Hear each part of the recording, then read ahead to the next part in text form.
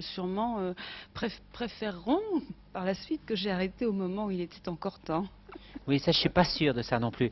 Est-ce que cette force de caractère, vous l'avez trouvée, ou elle vous a, ou un livre comme les dialogues avec l'ange, C'est pas du vous tout une a aidé force de à trouver? caractère, hein. Je vous Bon, arrête tout de suite. C'est même peut-être une faiblesse qui m'ennuie, que j'ai plus du tout envie de faire. bon. Donc c'est pas une force de caractère. Alors, l'influence de dialogue avec l'ange.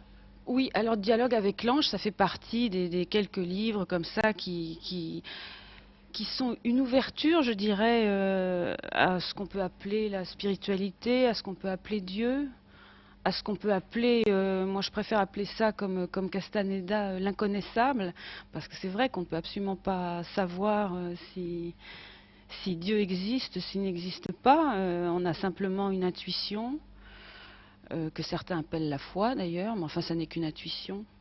Il faut faire la différence, enfin ça c'est Castaneda, Carlos Castaneda, qui a donc raconté en plusieurs livres son initiation à la sorcellerie, sorcellerie plus dans le sens de spiritualité yaqui donc, qui a fait, enfin d'autres l'ont fait avant lui, mais moi je l'ai lu, c'est pour ça que je fais référence à lui, qui a fait cette distinction entre l'inconnu et l'inconnaissable.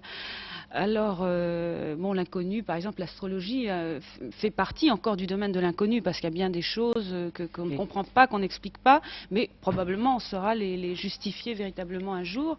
Et puis l'inconnaissable, eh ben, c'est Dieu, et moi comment dire, ça m'attire beaucoup, évidemment. Pourquoi dialogue avec l'ange Alors, plutôt que l'évangile, par exemple? Bah, C'est comme la question sur la psychanalyse tout à l'heure. L'évangile, oui, pourquoi pas, mais de toute façon, je me suis fait offrir il y a très longtemps par ma mère d'ailleurs une Bible, mais j'ai pas encore eu le courage de.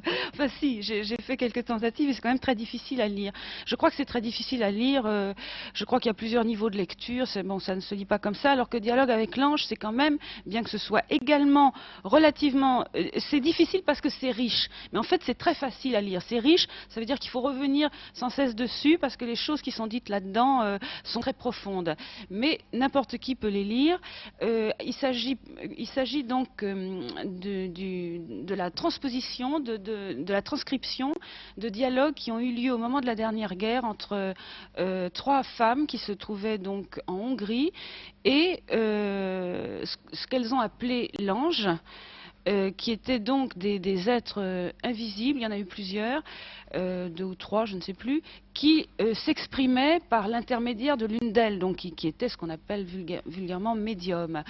Et les questions qui ont été posées par ces trois femmes,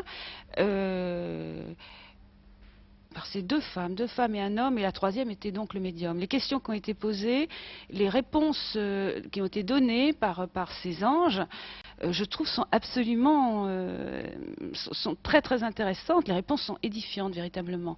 Évidemment, on peut ne pas croire qu'il y ait un au-delà, qu'il y ait des êtres invisibles qui de temps en temps parviennent à communiquer avec certains d'entre nous. Mais même si on ne croit pas ça, de toute façon, les dialogues avec l'ange restent d'une très très grande richesse. Et je pense qu'effectivement, quand les choses sont trop difficiles, c'est moi, en tout cas, c'est le genre de lecture qui peut m'aider. Il n'y a que ça. Quand vraiment les choses deviennent trop difficiles, trop pesantes, il n'y a guère que la spiritualité, que Dieu qui puisse aider. En dehors de ça, il n'y a rien.